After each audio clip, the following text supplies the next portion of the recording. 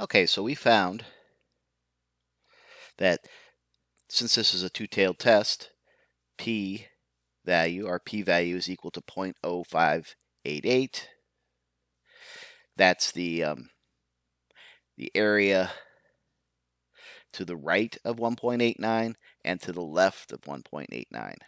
Now don't confuse that with, here we have an alpha of 0.01, and with an alpha of 0.1, then alpha over 2 for a two-tailed test is 0.005. So that's this red area here. So notice the red area is smaller than the green area. So this is alpha over 2, whereas the green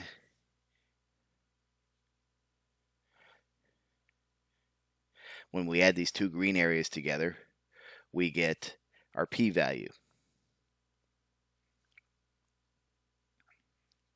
I'll put green area here.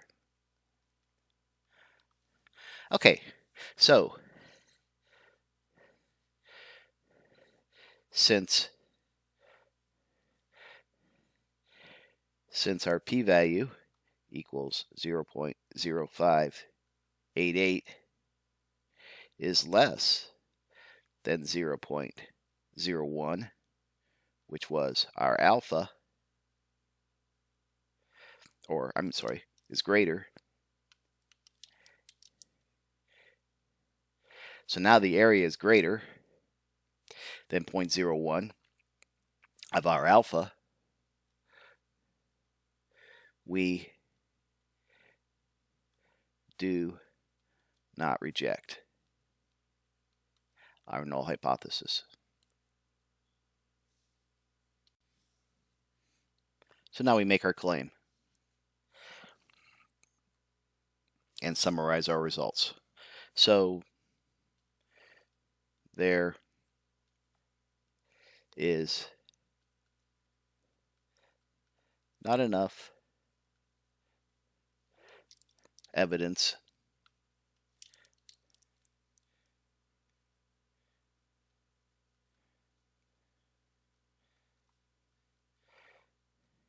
to reject claim that the average wind speed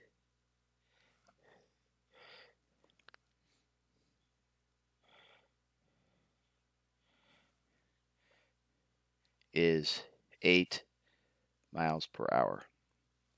Okay, not enough evidence to reject the claim that the average wind speed is 8 miles per hour. So essentially it's the same process we did before with hypothesis testing, but now we are just going to interpret our results in a slightly different way, and we're going to look at, instead of looking at whether or not a z value here, remember in the classical method we found the z test value here associated with the left edge of this red area, the critical region, and then we compared our test z to our critical z. Well, now what we're doing is we're still calculating a test z in the exact same way, but now what we're doing is we're looking at the area to the left or right, or sometimes in a two-tailed problem, both the areas to the left and to the right of that, and comparing it to our level of significance directly. So in summary, I could, for the p-value method,